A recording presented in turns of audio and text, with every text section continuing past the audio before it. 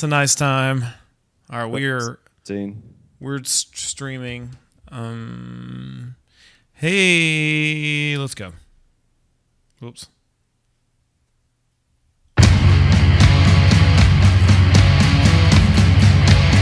Wait, I gotta start recording. Wait. Wait. All right, for real.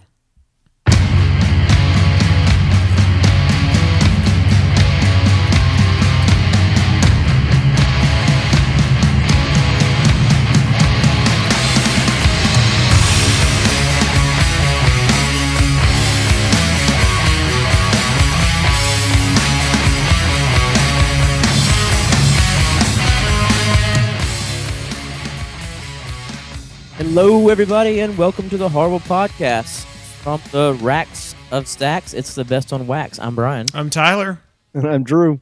And welcome to 2015. Yeah, we made it. We survived. We did it. We're all here. It's here, finally. The year of, oh my God, if I see this tweet again, Back to the Future Part 2. It's going to happen. It's going to be a year of Back to the Future. It's going to be so fast, too. We won't even see it happening. Technology moves so fast. All of a sudden, all these things we thought were going to happen will happen. Elijah Wood will be like, what's he say in Back to the Future? What's a quarter? Or... Well, we'll still have Pizza Huts, right? Still have Pizza Huts. Our jackets will all, like, suck up. And everyone will wear, like, sunglasses that have, like, look like window shades. Also, we are actually talking on a computer screen with each other. It's just like a Flea with his McFly. Just put your credit card in, McFly. What are you, chicken? It's thankfully though we haven't got to the point where like we at least can decide if someone shows up in our house digitally or not. Like it's not just like they have free reign to just show up on the computer screen and demand things. Better yet, we will, if we decide to fire you, you will not also get a fax telling you you're fired. Fax. That's my favorite thing about the future is that we don't really have faxes anymore. You'd be surprised by how much of the country still runs on fax. How do we still have faxes? I don't know. Like whenever I have student loan stuff I have to turn in, they're always like, I was like, can I email it to you? No, but we do take faxes. It's a fax that eludes me. I know. Well, I'm going to tell you, that's like the one technology I never grasped. I don't think I've ever faxed something properly. It's always been a problem whenever I've done it. It sucks. I get so many other technological advances, and I understand them and can do them, but the fax machine eludes me. Hey everybody, let's listen to our fax cast. What's up with technology? Hey guys, what's up with these fax machines, huh? Hey, again, we are the original Horrible Podcast, and you can find us on Twitter at HorriblePcast, HorrorBullPcast. You can also find us anywhere on the web as The Horrible, same spelling, with the horns. Podcast. Yeah, remember. Let's do this. A bull woman maybe getting murdered? Yeah, Maybe. let's say that. Let's go with murder. Or having just sated herself on the blood of someone else. Right. It's a podcast for kids, folks. It is. And tonight's episode, we're going to do The Guest by podcast favorite Adam Wingard and Summer Barrett. Yes. Yeah, that's good stuff. Not necessarily a horror film, but because those two guys are involved, and as Drew and I were talking about a little earlier, what'd you call it? A exploitation film? Oh, yeah, definitely an exploitation film. Nice thriller vibe to it. I mean, they even read a lot about it. You know, there are a lot of references to some of their favorite movies in there, like Halloween 3. Mm-hmm. Also, a really good fucking action film. Yeah. Like, I did not expect that part of it. I was like, man, this is a good action movie too. It really, like, halfway through, I thought I was watching a really great, probably the best, because there have been, like, 3 adaptations of it. Adaptation of Dean Koontz's The Watchers at one point. I thought I'd finally seen the good version. Yeah, this is one of the closest things to like an 80s action movie that we've seen that isn't just trying to rip off 80s action movies. I got kind of The Hitcher a little bit. I mean, this was the kind of movie that in the 80s they would have cast Arnold Schwarzenegger to play the guy, like the guest. So I was pleasantly surprised by this movie, and if we had watched it in 2014 when it was released, it would have been on our top list for sure. Oh yeah, and let's not skip over the fact that David character of David is not bad to look at. He's Downton's Matthew Crawley, the late. yeah. Mike, Also, he could totally be one of the members of Kings of Leon. it's weird because I got Kate to watch the movie with me, and she was like, "I know who that is. Who is that?" And halfway through, she was like, "Oh my God, it's cousin Matthew."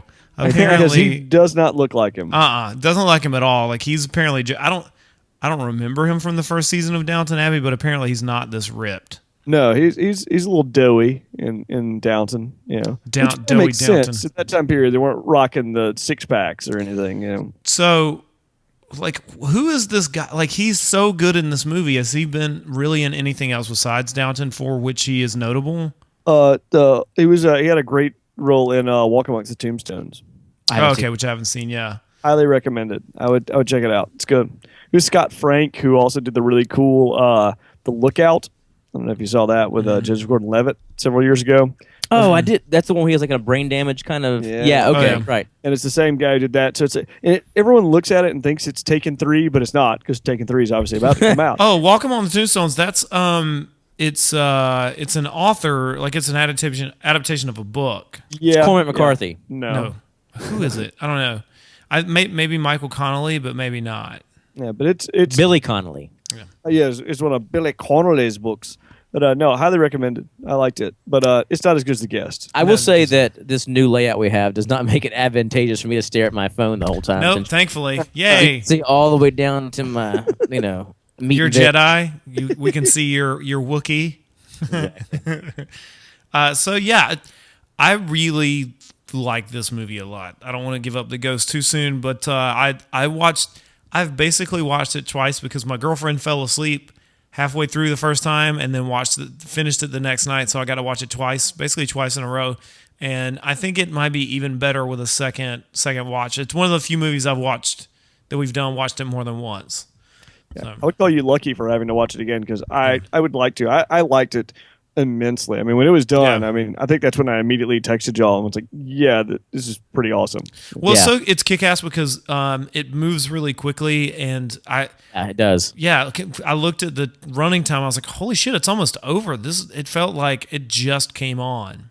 Well, it also it's something that when it started, I had about 3, 4, 5 different places I thought it could go and would go, and I don't think it actually went to any of the ones that I was like, oh, this is what's going to happen here, or this is what's going to happen here. And then the place it did go was like, whoa, that's a pretty cool place that it did go to. I mean, it ended up going in the direction I thought it might go in, but it took so many turns in the middle that I was like, oh, no, wait, no, it's not that. Oh, maybe? Oh, no. Yeah. Right, yeah. And I thought it was gonna be. At first, I thought it was gonna be a Summersby type situation where he was like, "Oh, I know I am your son from the war." And I'm glad. No, it wasn't that way. Yeah, but. no, there's not enough movies try to ape Summersby, the Richard Gere, Jodie Foster flick. But it's also a remake, which we've already mentioned, I'm pretty sure, in a recent episode. That was Summersby was a remake of a French film, right? The Return of Martin Guerre with Gerard Depardieu. That's right. Yeah, we did mention that like 2 episodes ago. Summersby. Why are we still talking about Summersby? Guys, it's awesome. Summersby. If you've ever been Summersby'd, My mom had I watched that movie a lot growing up because my mom never bought cassettes for VHSs for herself, but she had Summersby and she also had Steel Magnolias. So I have watched Steel Magnolias and Summersby way many more times than I should. I'm ashamed about how many times I've seen Steel Magnolias. But see, that's a good ass Southern movie. It's like a Pat Conroy novel. I do agree with you on that, but as I look back on it too, like the accents on most of those people are just downright ridiculous. They're rough. I mean, the only person who's got it down is Sally Fields. Yeah, and she's not even she's not even doing an accent. It's just her normal voice. I would also like to defend Dolly Parton because that's just how she talks. That's true. Other than that, no. Tom Skerritt's was pretty bad. Anyway. Yeah, she is. But Olympia Dukakis, oh, God. It was bad. 2 pigs fighting Louisiana under a blanket. lawyers do well whether they want to or not.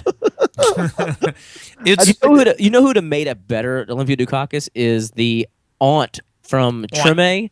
the crazy aunt that to Steve. Oh yeah, Elizabeth Ashley. Yeah. Oh my God, she'd have made such a bet because that's who Olympia Dukakis sounded like she was channeling. Yeah. Oh, certainly. I'm probably sure she was. She had that. She has that smoky voice and everything. Yeah. Southern accents have always been sort of atrocious. Going back to the guest, David's Southern accent was pretty decent. Yeah, not bad because he's British. He was born in Surrey. I think. But that's always Surrey. been going back to Gone with the Wind. Always one thing people say is that sometimes the Brits have it a little easier doing that Southern accent there. Going back to Vivian Lee and everything. Yeah. No, and we never get any background on where he's from or anything like that. So he just assumes that I just assumed he was poor white trash. Poor Yeah. white. They said at one point that he was only one generation removed from poor West Virginia white trash. But that's David, not whoever. And in the credits, he's David. That's right. That's cool. He's I like David. that.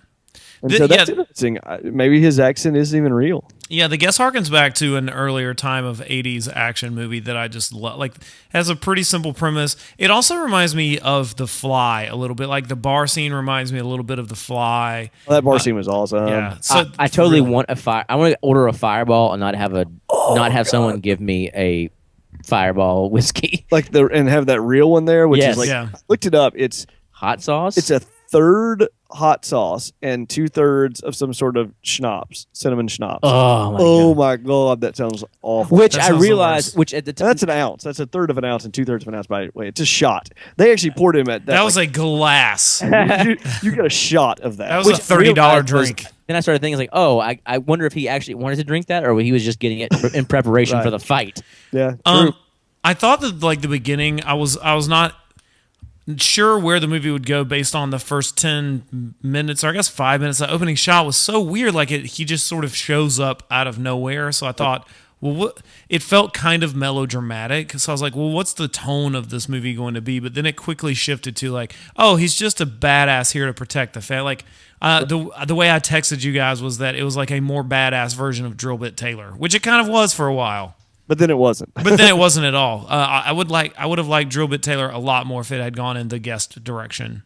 Yeah. No, and he totally became the older brother, the guardian that you'd hoped everybody would. Emasculating the father, of course, because the father couldn't do anything. But the father was okay with it. Like the father accepted it and Relished it. He just wanted a drinking buddy. Yeah, he was sucked in. But that's the thing about David. He sucked everybody in.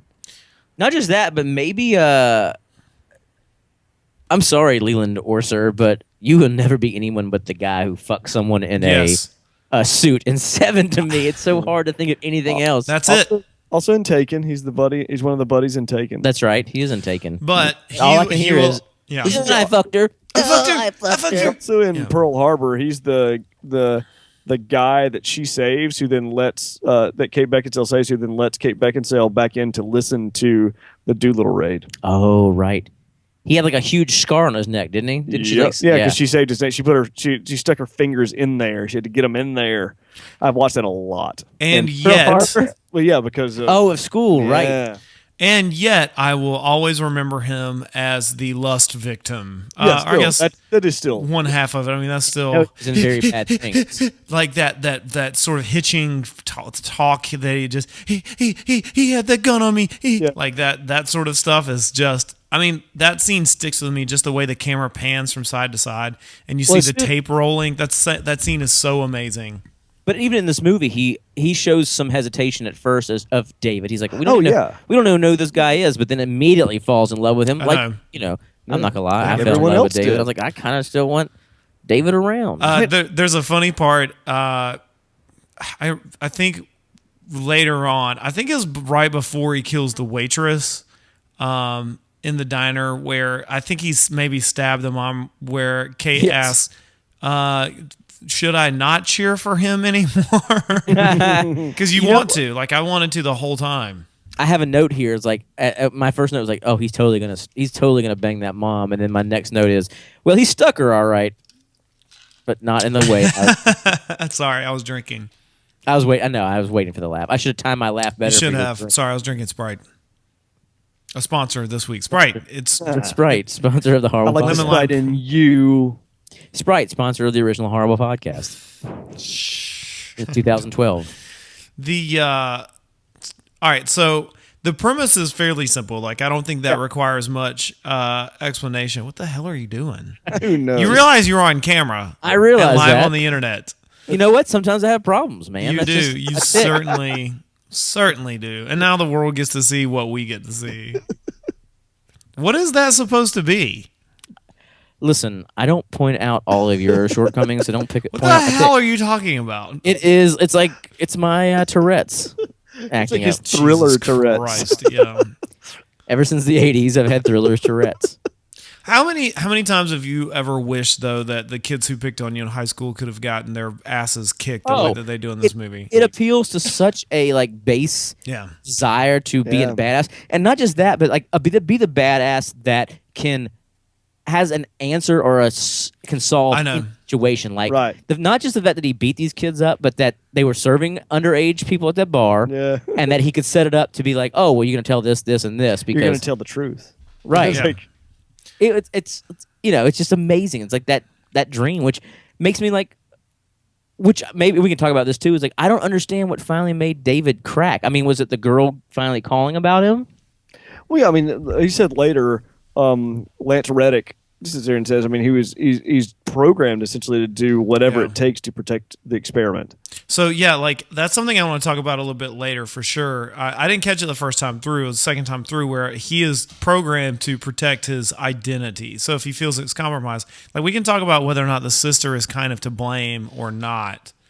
Who's a good mix of Gwen Stefani and Brittany Murphy? And no, Kat Dennings. Oh Yeah, yeah, Kat okay, Dennings, Kat Dennings totally. too. Yep. That was who I thought Brittany Murphy for a second, and maybe even more in look, but she sounded like Kat Dennings. She had that breathy kind of Yeah, totally. Kat Denningsness. I love the brother though, in the sense that why would he ever turn on David? Like he's like, I have finally got exactly what I need. It's like I have a protector, and he's like, dude, we're friends, right? It's like, nah, dog. I have a big brother. Yeah, it's If pretty you kick kill everyone ass. else, I mean, he's kill you. I can think of plenty of people.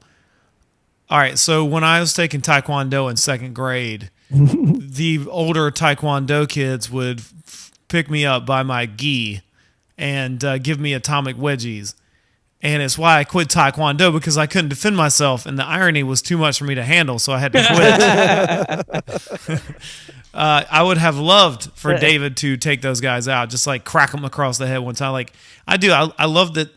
I think that's what is alluring about this movie, is that sort of like moral clarity, or not moral clarity, but like there's a clarity to this guy's position on everything that makes him such a badass. Like we don't have that gray area of like, what do I actually like? What is the right thing to do? He's just like, this will fix this. Because it comes down to it, bullies or not, violently beating the shit out of teenagers is probably not something to be looked upon as a positive thing, like it is. Yeah, but in those this. kids were dicks. I know they were. I mean, they were movie bad teens, but still. I like that movie bad teens, because you're right. No, I mean, as bad as kids can be, no teen is ever as bad as a movie bad teen. No, they're not. They always make them worse. Yeah. Oh, yeah. Yeah. No, yeah. I mean, these kids are completely without a moral center, so they deserve what they got. But it's still like, Do people pour drinks on people? Really? yeah, Or no, throw a drink at a stranger. Yeah, it's like I really. mean, do you realize the balls that would take to do that? I know. He still looks kind of tough at that point. I'm not Yeah. going to just go to a random stranger and do that. I don't know. And yeah, it's the idea that these teenagers have this self. They run this town. Yeah. Well. Yeah. They had that Friday Night Lights of we get to go and drink at whatever bar we want to. My kid's not good enough for you, from Varsity Blues. Yeah, I don't know. I mean, today we live in an age where MMA has made even like smaller people really kick ass. Like you never know when you're going to get the UFC guy who might not be huge, but he can take you to the ground and like break both of your arms. I've seen those videos on World Star Hip Hop, I think. We know guys. There's a guy we know who is like that. He works at a bar, and he's he's like 5'7", but he's an MMA fighter, and like if you just took a minute to look at his ear that's like cauliflowered, you would know like, I probably shouldn't fuck with this guy. But yeah, he's not a big guy, but he would definitely kick the shit out of you if you messed with him. Yeah, it's always not about who's stronger. It's about who can take the ass whipping the most. So yeah, I thought that scene was like where I got on board with this movie. So I think like it's a really necessary scene, even if it's brutal and like way over the top. This entire movie is over the top, but it also like it gives you a reason to root for this guy. Like there's no, I don't know, like he kicks their asses, but I guess it is a pretty bad ass whooping, but still not too terribly bad. I mean, I loved it though. I mean, but it like the sound of like the Foley work, I guess, when the guy comes running at him and he punches the guy in the face, and you're like, oh my god, he crunch. And then when he breaks the ankle, I mean, it's vicious. Yeah, and I was digging every minute of it. At that point, I'm like, this dude is a cyborg. That's where we are. That's what I kind of thought. Like it definitely has like a Terminator vibe. I mean, if you take all of those movies from the 80s. It's funny you mentioned the Terminator because at the very end when he gives a thumbs up, all I could think of was Terminator 2. But those are all references that the movie's coming back to. Yeah. I mean, he does that. He cocks his head several times, like Michael, like Slasher Michael in T-1000 does. Yeah. Do you think he's going to become a staple in the? That's one thing I was telling Kate is like now that Ethan Embry has been in a couple of these kinds of movies that like this seems like he's going to become one of those guys who will appear like Nick D'Amici in almost all of them. Do you think that Dan Stevens has a future in these flicks or no? Well, I think where he's got. I think he's got a career that's bigger than this stuff. He's definitely got. He's got the chops and the. He definitely has the look. I mean, man, you like this guy, dude. I've totally got a crush on Ryan Gosling. Has got to watch out. I don't even know if he has that kind of deal. He has a Gosling look to him. I don't know. Maybe I like that Gosling. Maybe. Who knows? It could be the whole package. We know you like that Gosling. It could be the Gosling type. It could be his looks combined with the sweet ass synth music that plays because goddamn, which is still very Gosling. It's very Gosling. It's very Drive-esque. I mean, that's one thing I was going to say. If anything if these movies like Drive and The Guest have taught me anything is that a movie is made 1,000 times better by just playing some sweet ass synth music. I think so. Yeah. Woo. I think this movie definitely owes I don't think it was necessarily intentional, but there's definitely a Hotline Miami Drive, neon pink, like the neon pink and blue, and the fact that he kind of looks like Ryan Gosling, like that seems almost like That's also some Michael Mann shit too. It got into that Manhunter world there towards the end when you get that blue lit stuff, and that score as well too. All of that owes all of those movies then owe a debt to Michael Mann as well, and also the fucking. They play the fucking Postman song, the Because I Love You. Yeah. I lost it. I was like, God damn it. They got it. Wingard, you got it. And this has been a string of several sort of like direct hits on the part of these guys. And The Guest has even stepped outside of just our milieu of like, oh, these are great exploitation movies or kind of horror movies. And they sort of moved into the era of like, no, these are just good movies. And I know that like that's sort of a bullshit thing to say because a lot of the movies we watch we think are just good movies, but they don't get a lot of acclaim outside of like our circle of like reviewers and whatnot. But this movie was put onto a lot of like best of top 10 lists for the year, and it definitely deserves it. I think the biggest shame I had when it was done is I don't know. I understand the distribution system and how it works. Yeah. But I also don't, when something like this doesn't get any sort of major play at all, and some of the movies that I have sat through do, and you're like, how does that not happen? Because it's just such a shame.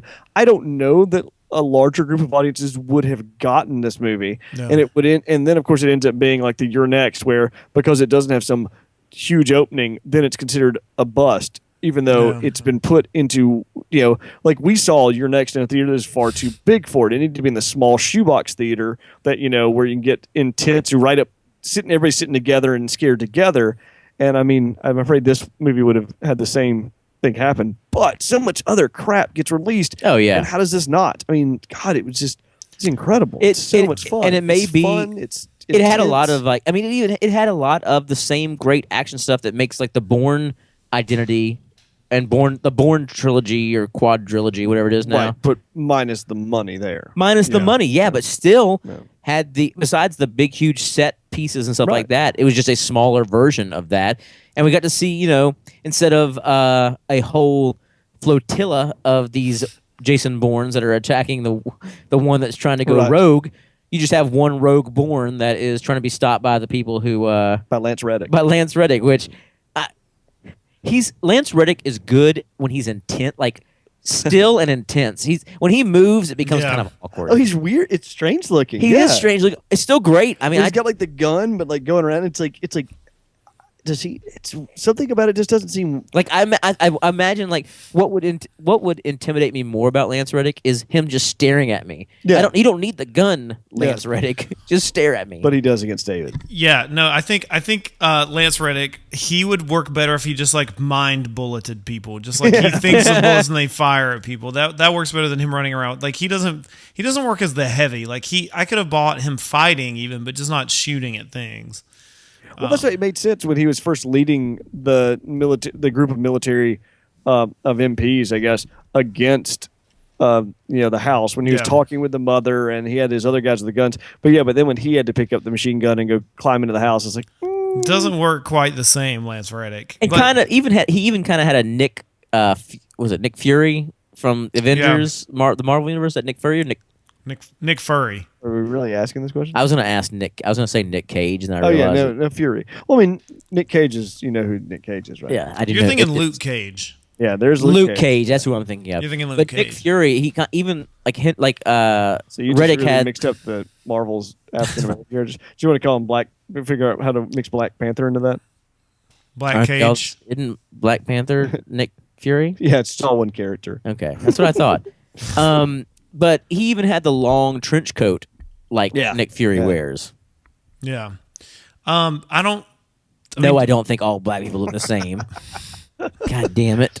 I'm not Fox News putting up the picture of the other black ESPN anchor for the Stuart Scott Memorial. I will say, I mean, Stephen A. Smith. With comic books, I often always had the problem of everyone looks the same. Sometimes, like I can't figure out who is who. Well, did you ever see there was the graph about black? What is it with black comic book characters and lightning? Like, there's a graph of how many black comic book characters and like their power involves lightning to some degree. But Luke Cage and Nick Fury exist in the same Marvel universe. But Nick right? Cage is white in comics until like recently. Okay, we'll see. Nick Cage is originally white. Like I think maybe now they've made him black. Nick Fury? Yeah, no. He just said Nick Cage. Yes, Nick Fury. Nick Fury has been he has like the flat top and was always and chopping the cigar. Very kind of J. Jonah Jameson kind of. But, he's like J. Jonah Jameson, but with muscles. Now but then the Marvel Ultimate universe, I think, is where they turned him into they based him off of Samuel L. Jackson, which the movies, which I like better, which is then now influenced everything else. And then Luke Cage has always been black. Yeah. Okay. All right. I'm straight now. And Black Panther was white. I'm just kidding. Nick Cage is white. I said I'm straight now, but really? Let me clarify that I'm not straight for David though. So you love David, but I kind of understand. Like even the scene at the party where he's just there and they're like, "Hey, do you want like?" and he just takes the joint, just like it's badass. We came with 2 kegs. Yeah. Oh yeah. He's carrying one on his shoulder and just I know. Like, you motherfucker. No one can do. It's awesome. I was like, he's a robot. Yeah, that's what I thought too. I was like, is he a cyborg? No one can carry that. But then he goes back into the bedroom, bangs that chick, and then just comes out and joins the party again. Like and hangs out with Joel David Moore. Yes, the guy from Dodgeball. A great a moment of awkwardness when he says, "I support the troops," and you're "Oh, God." It's like, oh, he's gonna kill this guy. Well, he eventually does, but just not in this scene. You expect him in the scene to just like break his face open. Yeah. One thing I do like is it also reminds me of the movie. What's the Bob Clark movie about the son who comes back from Vietnam and he's completely different? It's not Death Scanner, but it's not entirely. Deathscape? Oh, Deathscape or something like that. Big Flatter? No, your Dreamscape maybe. Yeah, something like that. I know exactly what you're talking about. Okay, I'm gonna go. I'm pulling up the guest cover. You got, but it's basically. I mean, it reminds me a lot of that movie where the son comes back from Vietnam and he's completely different. You learn that he actually died in Vietnam and comes back. Like it is very reminiscent of that as well. It's also very reminiscent of a Jason Isbell song, "Soldiers Get Strange." Okay. Goes and explains how like I love that, like whenever I see someone talking about their Anyway, soldiers get strange when they come back from war, which is not uncommon. No, it's really not. Yeah. PTSD is Death real. Dream or Dead of Night. Yeah, Death Dream. Death Dream is it Bob Clark or did I? That's Bob Clark. Yeah.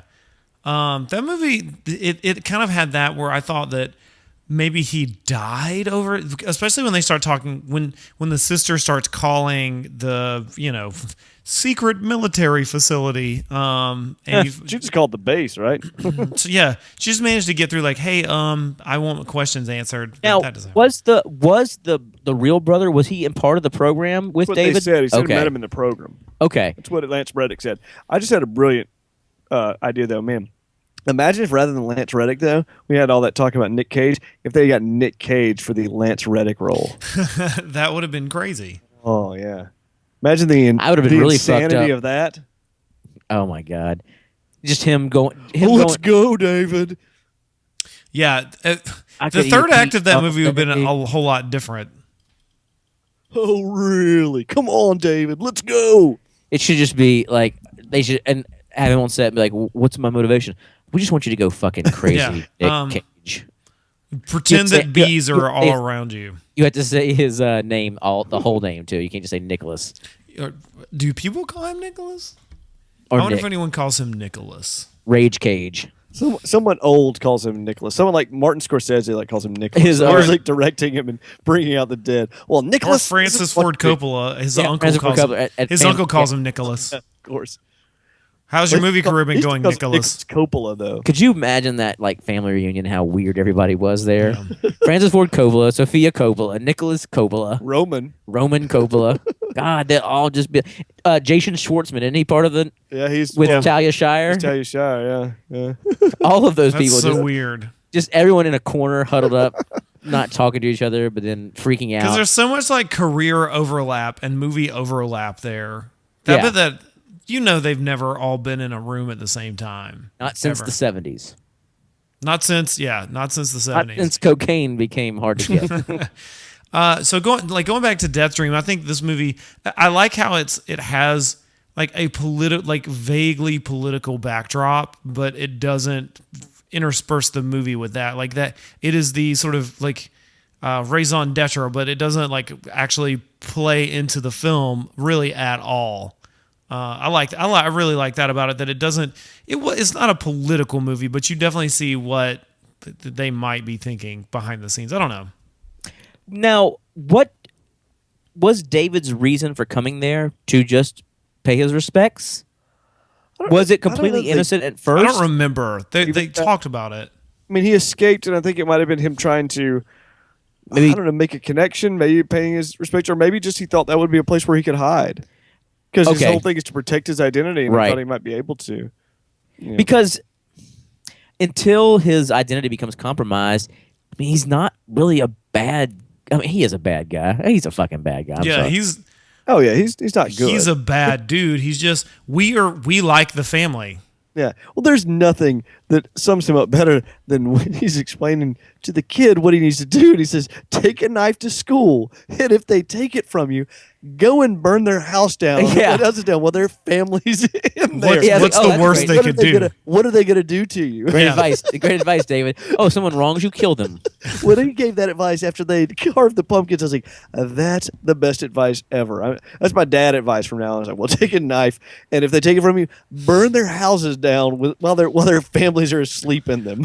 you give whenever the kids ask for your advice, you show them the scene from The Untouchables that he brings a gun. You bring a knife. He pulls a knife. You pull a gun. That's the Chicago way. And then this scene. He sends one of yours to the hospital. You send one of his to the morgue. Right, and then you give him David's speech too. It's like if someone messes with you, you go to their house and kill them and their whole family.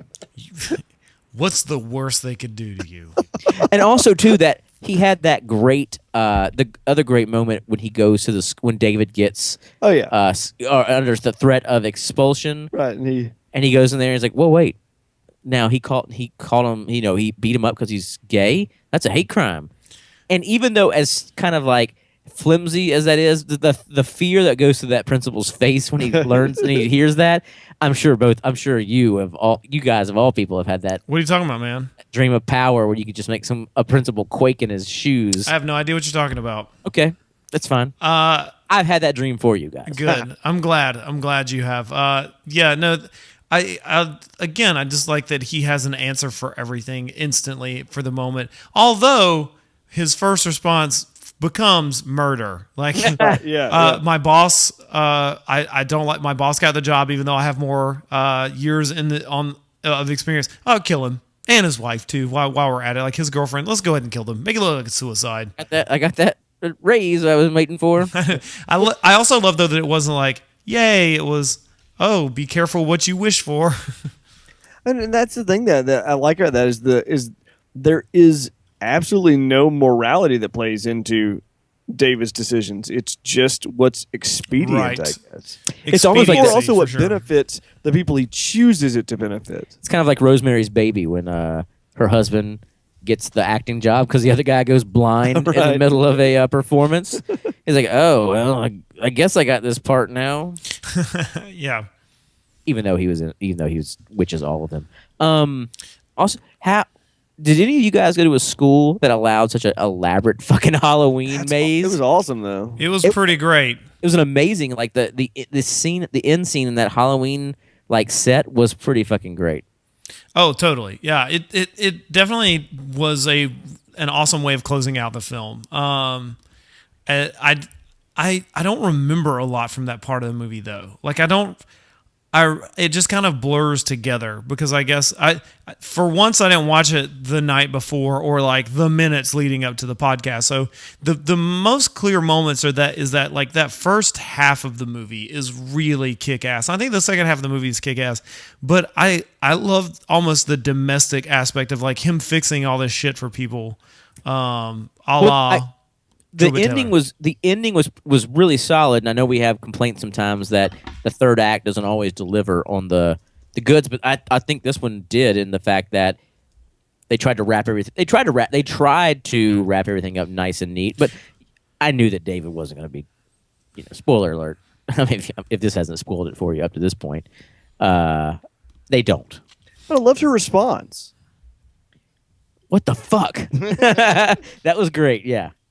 Yeah, I mean, I think this movie, as far as third acts go, it's got one of the best ones we've seen, and we've seen some pretty good third acts recently.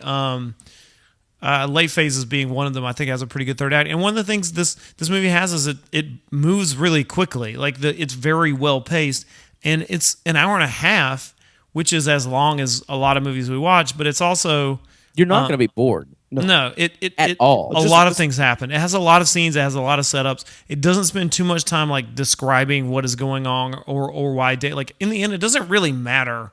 No, it doesn't, and that's what I think. A lot of like, even as far as close, the kind of the same. It's got a similar plot to The Bourne Identity. I mean, it definitely does, but they spend too much time trying to.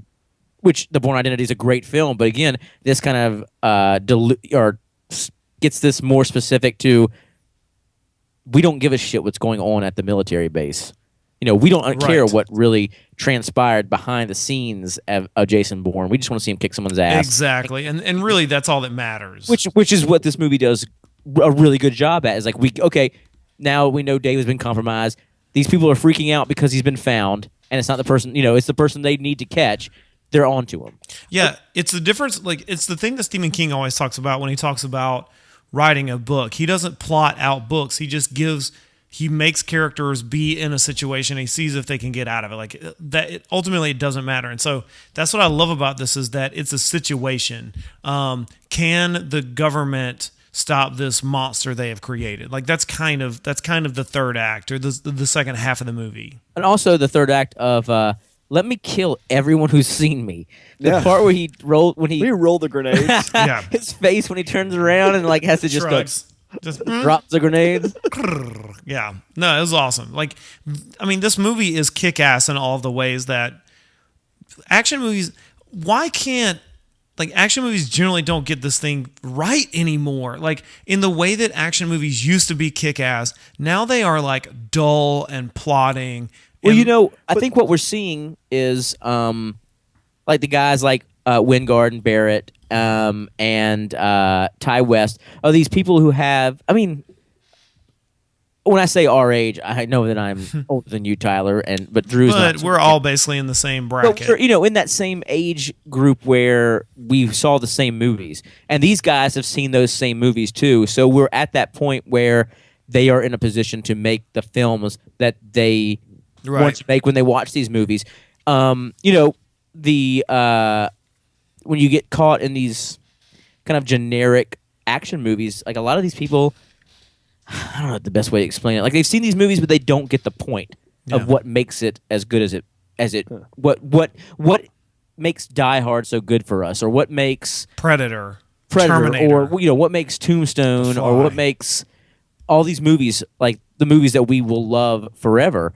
And I think that the group of filmmakers that we're I'm blanking on filmmaker names right now. I'm only all these the filmmakers that are popular now, or that we like now, that we like now, that are making these independent films that are not getting wide release, but they are still some of the things that I'd tell people, like, oh, did you see this? No, well, you need to see this because this movie is probably one of the best ones I saw last year. Well, I mean, and I agree. I mean, I think one thing that gets overlooked from those time periods are screenwriters, and I think this is probably one of Simon Barrett's stronger efforts here, and I think he's had some good ones, but I really thought the way he wrote this was pretty brilliant. But I think there have been some good and decent. The return of Arnold has been a huge boon to action movies recently in the past year, and maybe it's just because I still have a huge affinity for him. But the problem is no one's going to see them. Yeah. Last Stand was a absolutely entertaining film. Yeah, Sabotage is fucking gonzo. Man, I mean, it's nutty, and no one's watching some of these. I haven't seen those, and that's the problem that we run into is they exist, they're out there, but the only big action movies people end up seeing are the ones that end up being these giant hits that end up being kind of generic and like, oh, I've kind of seen this and had this happen, and done this before. That being said, I would love to have seen, or love to see these guys see Wingard and Barry get to do this again on a bigger scale with someone, say Arnold, or I like him better than in this Jason regard. Statham.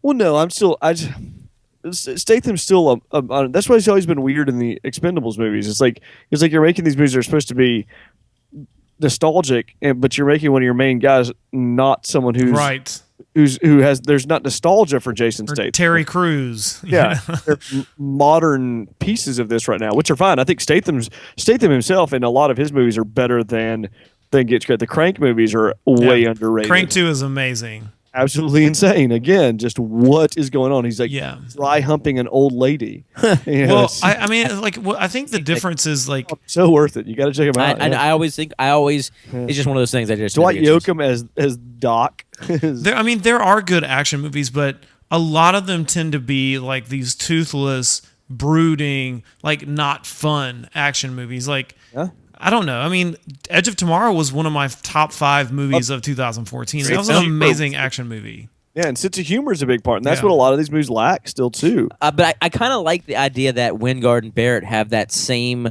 mentality that we got, like in their ABCs of Death short, where they're like, they have the whole, this is what you want, America. This is what you want to see us kill this fucking duck is what you want. Like that idea is like, I imagine them sitting there in their writing this thing and saying that, like, this is what you fucking need, America. E.L. Katz's short that opens the new. I watched ABC's of Death too. His short was great in that sense as well. Yeah, I actually watched ABC's of Death too last weekend, and it was. I haven't seen it. It was.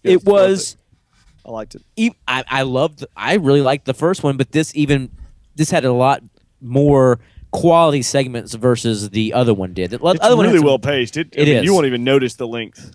No, you won't. It's jumping from something new so quickly.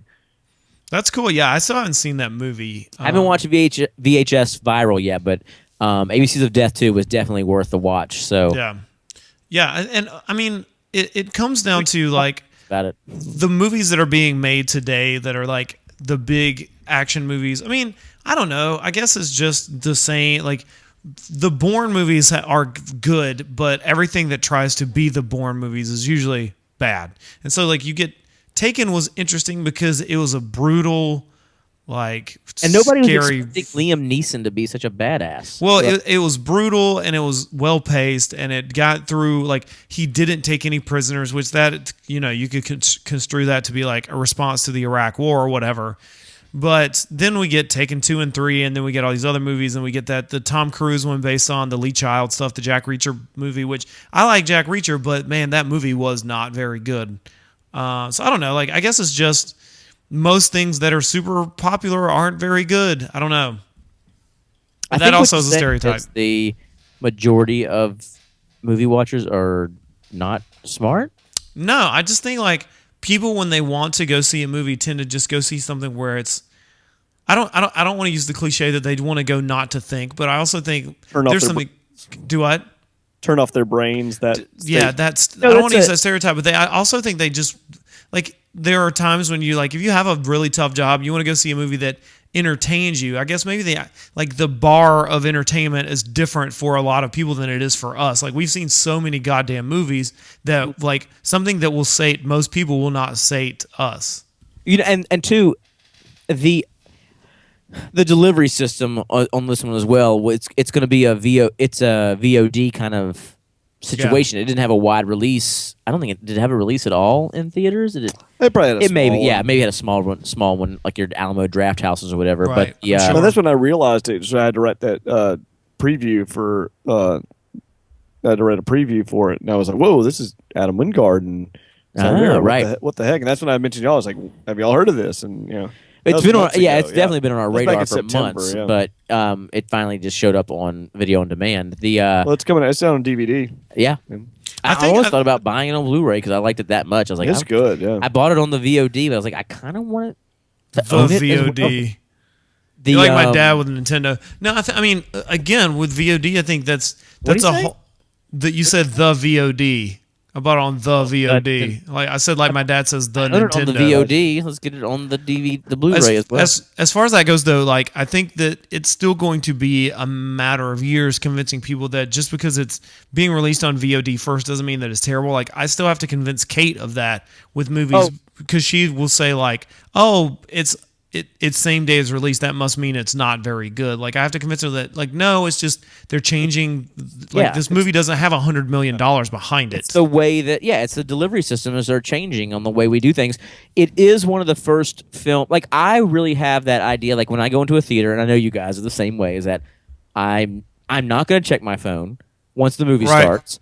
I'm going to watch the film, and I've tried to instill this in my child too. Is that when the film is playing, you be quiet. You watch the film. If you have to use the bathroom, right. I mean, you got to use the bathroom. You got to use the bathroom. You don't talk to me. You don't rock in your chair. You're in there to escape from everything else. And this is the first film in a while that I've watched, and I've actually been transfixed at my. And I watched this on my computer. Right. I mean, I'm not gonna lie. I have a 75-inch computer monitor, so it does make it a little better. Shut up. But which I sit 2 feet from. But anyway. It's like an IMAX screen in my house. It's ridiculous. I have a room that is a giant. It's just a giant monitor. It's a 360-degree monitor. So anyway, but no, it's like I was at one point. I stopped. I always start these movies when I'm doing one about the podcast with like notes open, half the screen. And about 10 minutes in, I hit like the full screen thing and just sat back. Fuck that. And watched it. And didn't make a note until after I had watched it with all the things that I had thought about. It's kind of how mine are. All my notes are the whole movie, all at the end. Yeah. Right, exactly. So it's the fact that it drew me in that much too, where I'm not checking my, and the watching films via VOD allows you to do the normal things you do all the time, check email and stuff like that. Go ahead. But I didn't do that with this film. I completely. Once the movie started and I got like it kicked in quick and I was like, oh, I'm gonna not. And then before I knew it, I had not checked any emails, had not made notes, and the movie was almost done. I was like, oh shit, this is an amazing fucking film. Yeah. And I love VOD, and I do kind of lament one of my favorite the wonder of going to the theater. Like I love going to the theater. It's just weird that I'm going to the theater to see the multiplex. I'll use a 90s term to describe it. I'm going to the multiplex to see movies that like almost don't deserve it as much. You know what I mean? Like this movie would have been great in the theater, but in the multiplex. But I want to see Into the Woods. I'm like, this doesn't quite work in this viewing. I mean, like Edge of Tomorrow, yes. Like I think the problem is that movies have become events. Like I have to go see this like I do an event. Partly because they're so fucking expensive. Yeah. But it's like the movies aren't necessarily as good. Like, why don't I go see good dramas at the movie theater as much? I don't know. Well, even before video on demand, I always categorize things into this is a theater movie or this is a rental. Yeah, we do that. Like we do that all the time where we watch a preview and say, that's a rental. Oh yeah, like anything if it's not action, sci-fi, or horror, wide release horror, it's almost like I don't give a shit about seeing rom-coms in theaters. Like if it comes on HBO or if it's something that it looks interesting, I'll rent it. You're not going to go see This Is Where I Leave You in the movie theater, No, which I like. I like that movie though. It's a great fucking movie, but I rented it on video on demand and. I had no. Jason Bateman owns that movie. Yeah, he does for sure. I would also say Tina Fey does as well. She does too. Yeah, and it's a very un-Tina Fey role. Yeah, too. Very un-Tina Jason Bateman. It doesn't matter what movie he's in. He's always he's the same character, but it always applies to every situation. I don't. He's a guy I could watch do all every movie he's in. I'm like, I like this. This is good. I even like the Spelling Bee movie. The pool looks pretty goddamn dirty, if you ask me. That's a pretty good Jason Bateman. Dad, there's always going to be the scene where he stops somebody by putting his hand up. And I'll tell you what, Dad. That scene. There's always that scene. And I'm not going to do it anymore. Was that quote was from whatever the say it again? Judge one? Yeah. The one that where I got to it and you missed the Jake E. Lee. I did. I missed that. I just love that when I was watching Extraction? It's like, yes. Yeah. Is that TJ? What's his name in TJ Miller? That's TJ Miller in that film, isn't it? I think so. I don't remember. It's the metal dude? Yeah. Oh my God. I just realized that. TJ Miller is also the fucking voice for the Mucinex now, I think. Yeah, it does sound like yeah. You're right. I've seen him. I recognize that. Well, yeah. Pete Holmes is the E-Trade baby, so who cares? Hey, you got to make money. No, sure. I think that maybe this is the best thing that can happen to films, though, is that, we get everybody who's wanted all these films like, I wish someone would make this. Well, they can make that now because it doesn't require a huge studio to back you. Right. Which I agree. Go back to the interview uproar debacle. A few months ago. Part of me had this kind of conspiracy theory idea that this was Sony testing out how a major film would do on VOD by just marketing it a certain way. I think that's it probably wasn't. It wasn't. It most definitely wasn't. The amount of money they could have made if this thing was on the 3,000 screens as opposed to that. I mean, it's also a far-fetched idea. Yeah. Also, they're getting sued by former employees because their personal information got released. So there's going to be a class action lawsuit against Sony. Okay, so I'm wrong about that. that would be the shit. Like, we released all these people's private information and we'll get sued as a result. But hey, like if they were going to do it, they would have just done like a small here are some emails got leaked. I know you can't sue terrorists, but I don't know. Sometimes it seems strange. Our misplaced blame at times. Not saying that Sony is blameless in all of this. I mean, it's a giant mega corporation. Yeah. It's an easy target, is what it is. It's not current employees that are suing. It's former employees whose information after they had left the company had been left unencrypted on their servers, just left lying around. So that yes, current employees, but former employees, I think, is unexcusable to just leave their shit lying around. That's going to be the big, I think, in the next 5 years. What if you've read that comic, The Private Eye? Yeah. The whole idea that the cloud has become hacked and everyone's information's out there, so people have to wear masks now to kind of hide their identities.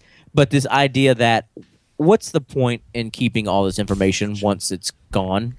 Once these people are gone, yeah. Why does Google keep every conversation that's happened, or Facebook keep every conversation logged? What's the point? Knowledge is power.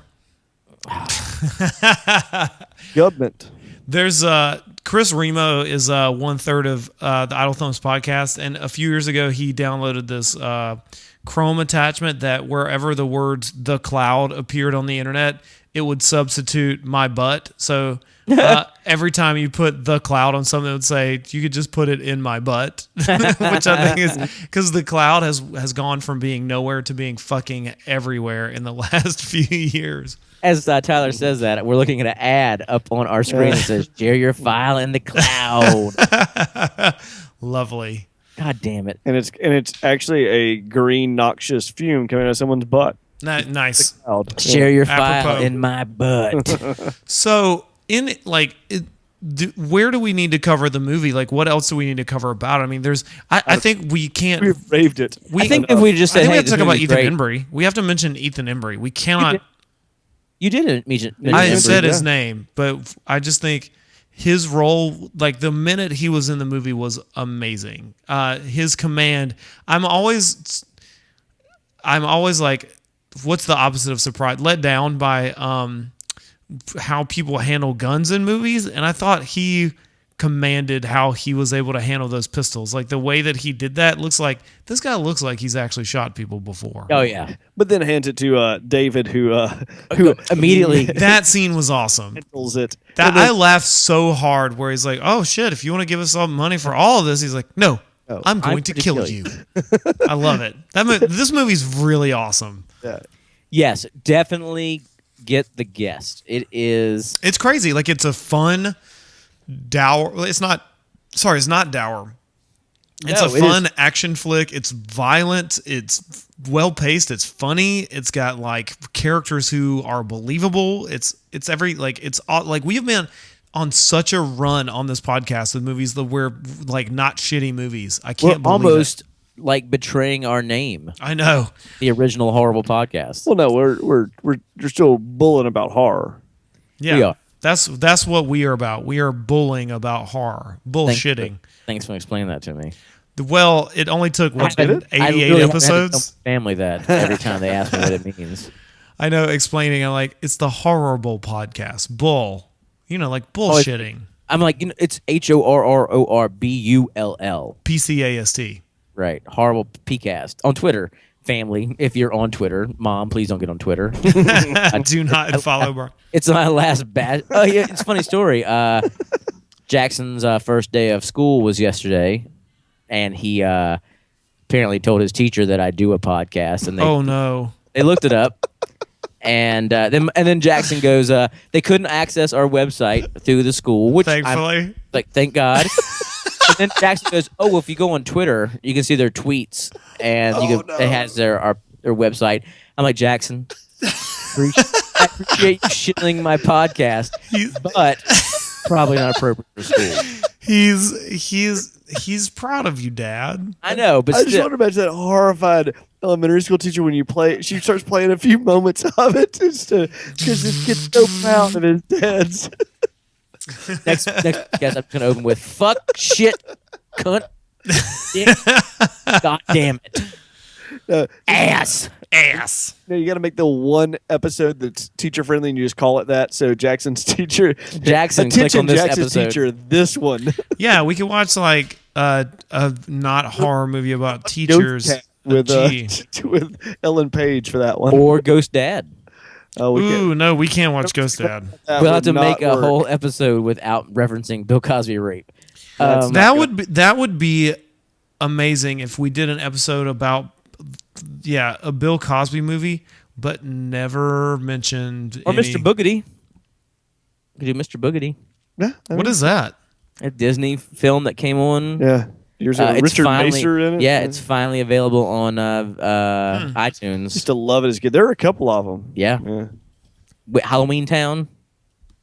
Halloween Town. Ernest Here Scared comes Stupid. that shit again. Ernest I Scared got Stupid with a Eartha Kitt. Halloween Town. Yeah, I haven't seen Ernest Scared Stupid. What? I saw I that in have. theaters. I mean, I've seen a lot of Ernest movies. I saw that. That was like only that was the third I'm pretty sure. Well, I stopped after the second one. Ernest Scared Goes to Saves Jail? Christmas?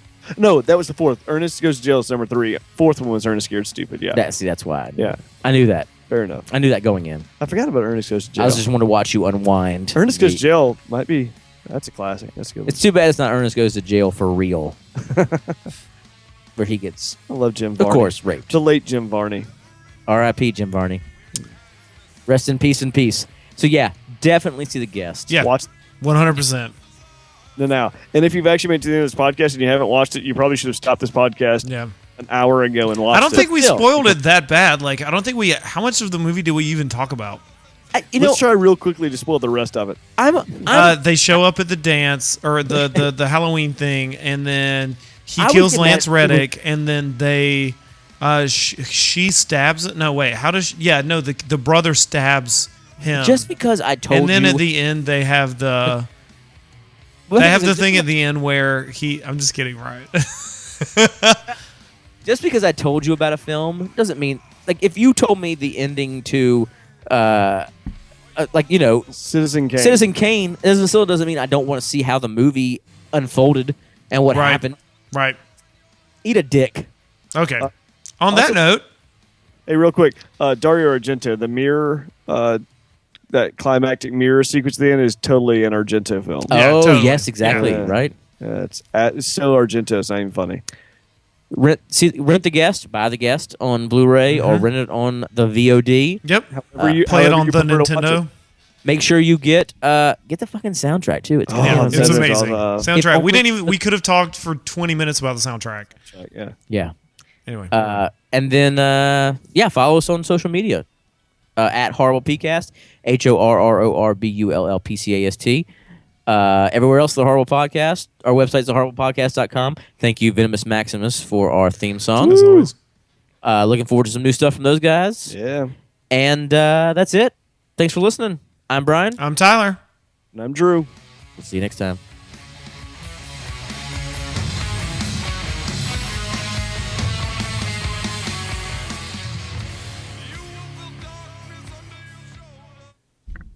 All right, I'm good.